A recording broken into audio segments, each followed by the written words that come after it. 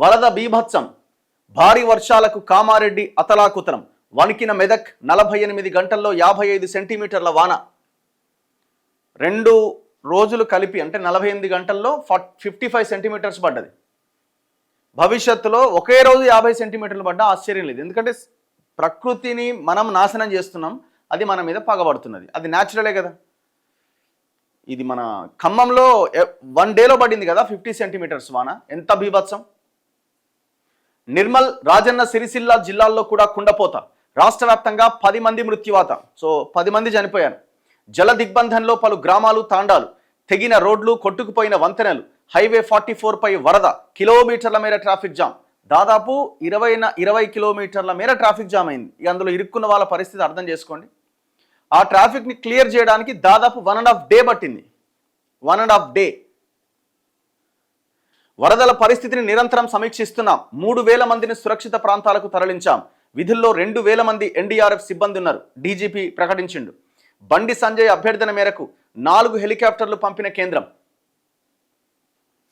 ఇటు చూడండి, పోచారం ప్రాజెక్టు గేట్ల మీదుగా ప్రవహిస్తున్న వరద. ఒకటో ఫోటో. దాదాపు 100 ఏళ్ల కింద కట్టిన ప్రాజెక్ట్ ఇది నిఠారుగా నిలబడ్డది. అంత పెద్ద వరద వచ్చిన మన కాళేశ్వరం ఏమో కుంగింది, అది నిలబడ్డది. ఎందుకంటే ఆనాడు ఇంత అవినీతి లేదు, ఇంత కథ లేదు, ఇంత వ్యవహారం లేదు, ఈ కాంట్రాక్ట్ వ్యవస్థ ఇంత భయంకరంగా లేదు కాబట్టి అది కొంత జెన్యూన్గా మంచిగా కట్టిరు కాబట్టి అది నిలబడ్డది. అట్లనే చాలా ప్రాజెక్ట్స్ నిలబడ్డాయి. ఆ మధ్య పోయిన సంవత్సరం కడెం ప్రాజెక్టు దగ్గర గోదావరి వరద వస్తే ఆ ప్రాజెక్టు కూడా ఏమవుతుందో అనుకున్నారు కానీ నిలబడ్డది.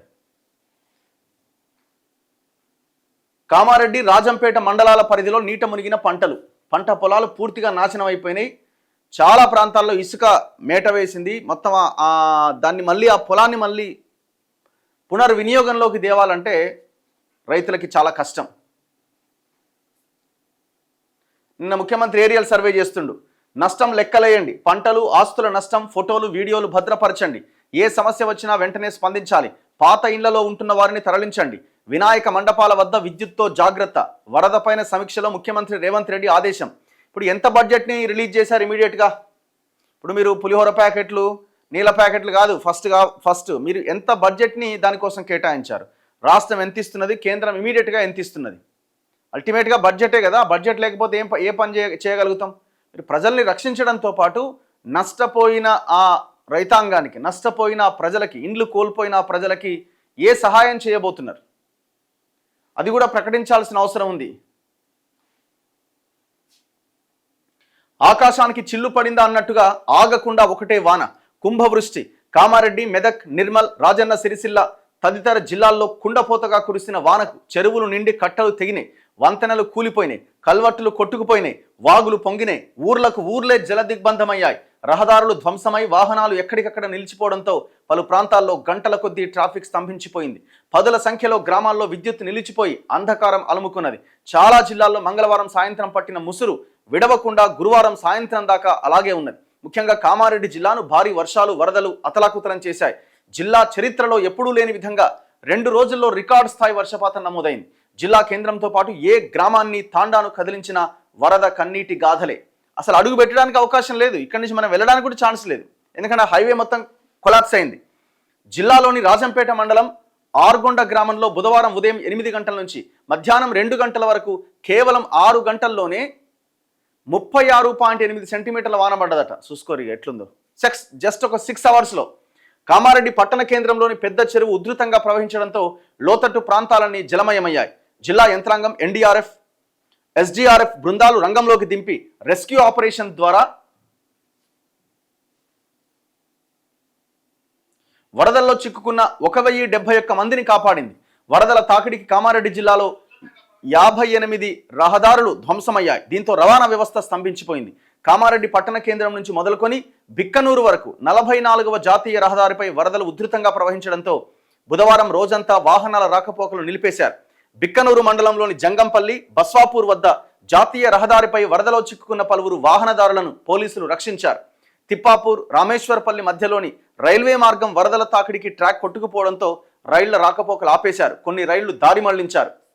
ఇక మెదక్లో అయితే 48 గంటల్లో 55 సెంటీమీటర్ల వాన పడ్డది. మెదక్ పట్టణంలో పుష్పల వాగు ఉధృతికి విద్యుత్ సబ్స్టేషన్ కొట్టుకుపోవడంతో 9 గ్రామాల్లో నో కరెంట్. హవేలీ ఘన్పూర్ మండలంలో నక్కవాగు పొంగిపొర్లడంతో బోధన్ మెదక్ రహదారిపై రాకపోకలు స్తంభించినాయి.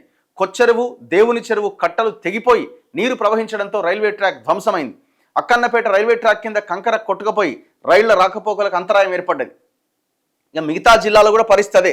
ఆదిలాబాద్ జిల్లాలో భారీ వర్షాల ధాటికి పెన్గంగా కడెం నదులు వాగులు ఉప్పొంగి ప్రవహిస్తున్నాయి. వేల ఎకరాల్లో పంటలకు తీవ్ర నష్టం వాటిల్లింది. ధన్నూరు గ్రామంలో ఒక యువకుడు వాగులో కొట్టుకుపోయిన ప్రాణాలతో బయటపడ్డాడు. ములుగు జిల్లా తాడ్వాయి మండలంలోని జలగలంచ వాగు ఉధృతంగా ప్రవహించడంతో మొడ్యాల తోగు వద్ద 163వ జాతీయ ప్రధాన రహదారి కోతకు గురైంది. దీంతో ట్రాఫిక్ ఆగిపోయింది. లక్నవరం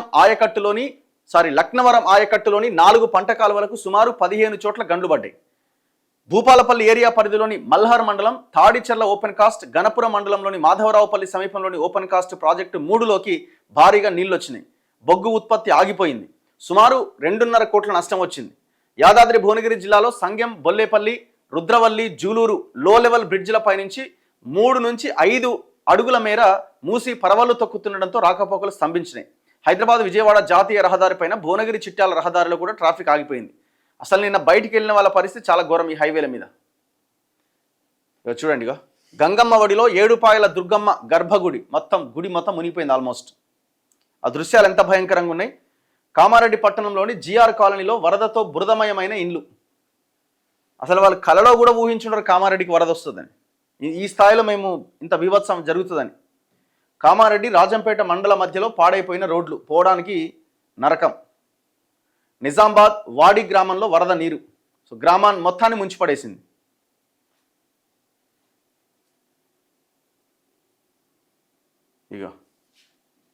ఎస్ఆర్ఎస్పి గేట్లు మూయించి మరీ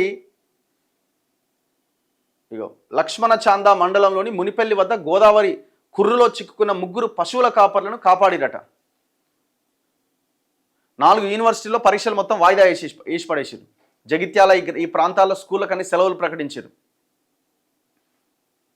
గర్భిణీ స్త్రీ అన్నమాట ఈమె కాపాడిరు. జగిత్యాల జిల్లా రాయకల్ మండలం వడ్డెలింగాపూర్లో కళ్యాణి అనే గర్భిణి పురిటి నొప్పులతో బాధపడుతుండడంతో కుటుంబ సభ్యులు ప్రభుత్వ ఆసుపత్రికి తీసుకెళ్లడానికి ప్రయత్నించారు. దారిలో వాగు నీరు రహదారిపై నుంచి ప్రవహిస్తుండడంతో రాకపోకలకు అంతరాయం కలిగింది.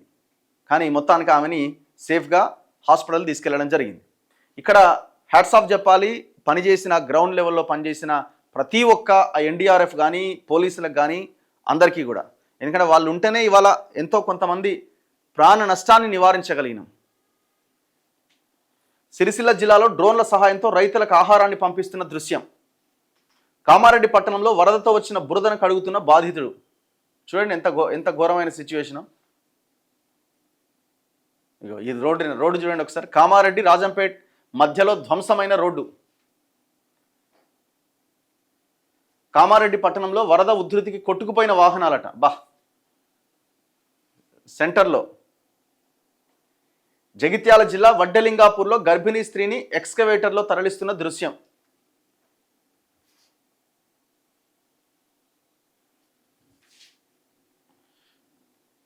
ఇప్పుడు ఒక్క లీడర్ల ఇంటికో లేకపోతే పెద్ద పెద్దోళ్ళ ఇళ్ళకి ఏం కాదేందో గమ్మతుంటుంది కదా ఇది.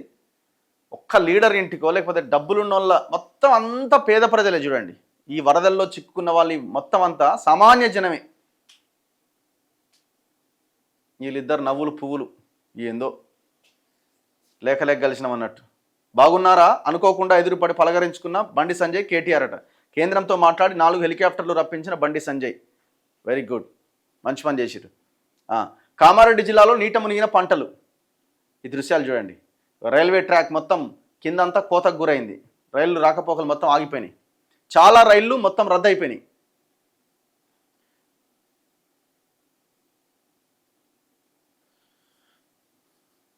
సో ఇట్లా నిన్న ఈ బీభత్సం 2 రోజులుగా కురిసిన వర్షాలతోని కామారెడ్డి, మెదక్, సిరిసిల్ల ఈ ప్రాంతాలు మొత్తం ఆగమైనవి. ముఖ్యంగా కామారెడ్డి చాలా ఎఫెక్ట్ అయింది.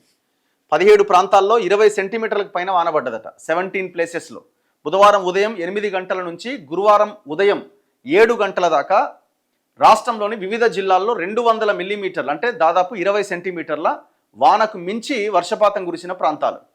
ఇక్కడ చూడండి, రాజంపేట్ మండలం, కామారెడ్డి జిల్లా ఆర్గొండ అనే ప్రాంతంలో 440 మిల్లీమీటర్ల వాన పడ్డది. అంటే దగ్గర 40 సెంటీమీటర్స్ ఎబోవ్ వర్షం పడ్డది. దాదాపు 45 సెంటీమీటర్ల వాన పడ్డది. బుధవారం ఉదయం 8:30 నుంచి గురువారం ఉదయం 7 దాకా, అంటే 24 అవర్స్లోనే ఒక్క 6 అవర్స్లో 36 సెంటీమీటర్స్ వాన పడ్డది ఆర్గొండ అనే ప్రాంతంలో. నిర్మల్ రూరల్లో అక్కాపూర్ అనే ప్రాంతంలో 325 మిల్లీమీటర్ల వాన పడ్డది, అంటే దగ్గర దగ్గర 40 సెంటీమీటర్ల వాన. హవేలీ ఘన్పూర్లో కూడా సేమ్, కామారెడ్డిలో కూడా సేమ్ 300 మిల్లీమీటర్లు. తాడ్వాయి, లక్ష్మణ చాంద, బిక్నూరు, హవేలీ ఘన్పూర్, కామారెడ్డి చాలా దారుణం. అన్నీ కూడా అబౌవ్ 20-25 సెంటీమీటర్స్ అబౌవ్ వర్షపాతమే. సో దాదాపు అన్ని పేపర్స్లో ఇదే వార్త. పబ్లిక్ కామెంట్స్ ఒకసారి చూద్దాం.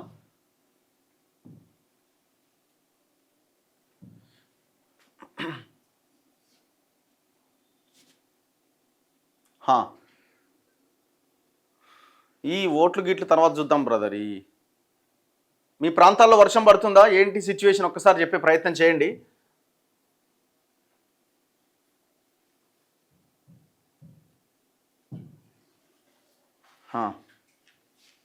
కొత్త పెన్షన్స్ ఎప్పుడు ఇస్తారు? ఇప్పుడు ఇయ్యరు వాళ్ళు. ఇప్పుడు ఇచ్చే ఆలోచన ఉన్నదని అయితే నేను అనుకుంటలేను. ఇప్పుడు ఆల్రెడీ ఆయన నేను ఏడఘోషణ వస్తలేదని అంటుండే కదా, లేవని అంటుండే కదా. Where is Kamareddy MLA? అవును, ఈయన వెంకటరమణారెడ్డి గారు ఏమయ్యారు అసలు? నిన్నేదో రాత్రి విజువల్స్ కొన్ని వచ్చినాయి ఆయన సహాయక చర్యల్లో పాల్గొన్నాడు అని. నేను కూడా మధ్యాహ్నం ఎప్పుడో ఫోన్ చేసినా ఆయన పెద్దగా ఆయన ఫోన్ లిఫ్ట్ చేయలేదు. మరి ఎందుకో ఆయన కొంత అంటిముట్టనట్టుగా ఏదో ఇబ్బందిగా ఫీల్ అవుతున్నట్టు అనిపించింది. మరి నిన్న అయితే సహాయక చర్యల్లో పాల్గొంటున్నట్టుగా వార్తలు వచ్చినాయి, అదే కొన్ని వీడియోలు వచ్చినాయి. వికారాబాద్లో వర్షం పడలేదట, నో రెయిన్ ఇన్ ఇల్లందు.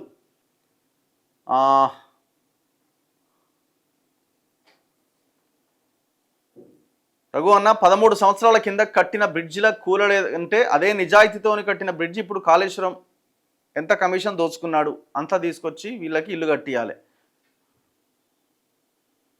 ఒక్కసారి కామారెడ్డి ఎమ్మెల్యే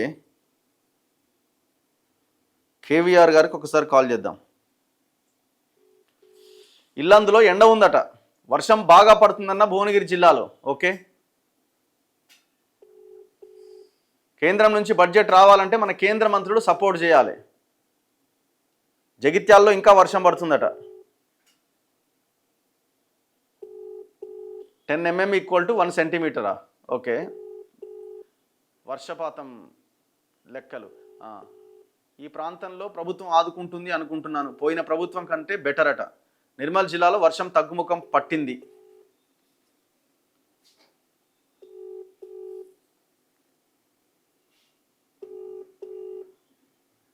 ఇద్దరు సీఎంలను ఓడించి నిన్ను గెలిపించుకున్న ప్రజలు కష్టకాలంలో ఉన్న సమయంలో వాళ్ళకి 24 గంటలు అండగా ఉండి ధైర్యం భరోసా కల్పించిన మీరు బీజేపీ ఎమ్మెల్యే అని చెప్పుకోవడం ప్రతి కార్యకర్త గర్వంగా ఉందట. ఫోన్ లిఫ్ట్ చేయట్లేదు, మరి ఎక్కడ ఉన్నారో ఆయన. వేర్ ఈజ్ కేసీఆర్ అట. ఆయన గురించి మనం మాట్లాడుకోవడం దండగా. ఆయన ఇంట్లోనే ఉన్నాడు, కేసీఆర్ రాక అని ఓ పెద్ద పెద్ద ఎత్తున బ్రేకింగ్లు వేస్తున్నారు. ఆయన ఎందుకు వస్తాడు బ్రదర్? ఆయనకు ఏం అవసరం ఉంది? ఇంకా గట్టిగా మాట్లాడితే నాకు ఓటేసిన 60 మీరు కామారెడ్డి వాళ్ళంతా మీరు అనుభవించారు అంటాడు. మళ్ళా గట్టిగా మాట్లాడితే ఎండ వస్తుంది సార్. చింతకాని మండలం ఖమ్మం జిల్లాలో, ఆసిఫాబాద్ జిల్లాలో ఎలాంటి వర్షం లేదు. నిజామాబాద్ డిస్టిక్లో ఇంకా రెయిన్ హెవీగానే ఉందట. ఓకే, ఏరియల్ సర్వేలు చేస్తారు, నష్టపరిహారం అని అంటారు, కానీ ఎవరికి ఇస్తారో అర్థం కాదు లాస్ట్కు. అంతే కదా మరి, అందుకే అంటున్నా కదా, వీళ్ళు ఏదో ఏరియల్ సర్వేలు హడావుడి ఇవి తప్ప ఏముండదు. అంటే ఆ రోజుకి ఏదో పని చేసినట్టుగా అయితే కొంత వర్క్ నడుస్తుంది, ఎక్కువ తక్కువ అంతే. ఆ రోజు ఆ ప్రజల్ని కాపాడే ప్రయత్నమో లేకపోతే ఆ రోడ్లు బాగు చేసే ప్రయత్నం, ఏదో ఒక తాత్కాలికమైన ఉపశమనం కలిగించే ఒక ప్రయత్నం జరుగుతుంది. ఏదో ఆడికే ఆగిపోతుంది. మళ్ళీ 4 రోజుల తర్వాత ఎవడు మాట్లాడిగా. కేవీఆర్ గ్రౌండ్లోనే ఉన్నాడట, ఉంటే వెరీ గుడ్. నారాయణ ఖేడ్ పక్కన ఉన్న మైకోడ్లో ఫుల్ వర్షం పడుతుందట. కేంద్రం నుంచి ఏ సహాయం అందదు, ఇది పక్కా. చలో,